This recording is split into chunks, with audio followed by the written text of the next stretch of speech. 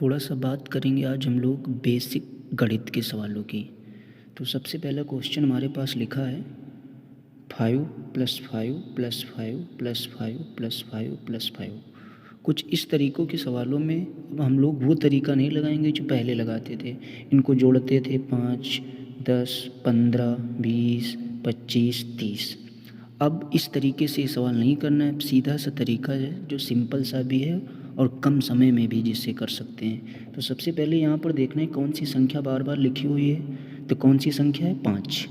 तो सबसे पहला काम ये होगा, अगर संख्या 5 लगातार लिखी हुई है तो सबसे पहले हम लोग किसको लिख लेंगे? 5 को लिख लेंगे। 5 को लिखने के बाद में फिर हमको सबसे पहला काम ये करना है, 5 लिखने के बाद में दूसरा काम ये, अब इनको गिनेंगे कितनी बार 5 आए हैं। तो 1 बार, 2 बार, 3 बार, 4 बार, 5 बार, 6 बार। तो 6 बार अगर आए हुए हैं तो जो 5 की गुणा है वो किससे हो जाएगी? 6 से। अगर यही 7 बार आते तो 5 की गुणा किससे हो जाती? 7 से।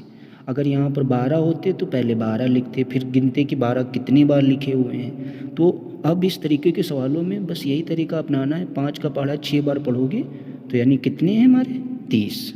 यही इसका क्या हो जाएगा? आंसर। अब इससे बड़े सवालों को भी आप आसानी से कर सकते हैं। जैसे कोई दूसरा सवाल अब हम लोग उठा लेंगे, जैसे कि मान लेते हैं कि कहीं लिखा है 25 + 25 + 25 25 + 25। चाहे जितनी बार भी हो, इससे हमको मतलब नहीं है, कितनी बार भी लिखा हो सकता है। तरीका आप लोगों को यही लगाना है। तो सबसे पहले क्या हमने बताया था, आप देखेंगे सबसे पहले संख्या कौन सी लिखी है? 25। तो सबसे पहले हमने बताया था क्या करना है, 25 जैसे लिखा है इसको ऐसे ही हम लोगों को उतार लेना एज इट इज। दूसरा काम ये देखना है कि 25 आए कितने बार हैं। तो देखोगे 1 बार, 2 बार, 3 बार, 4 बार, 5 बार।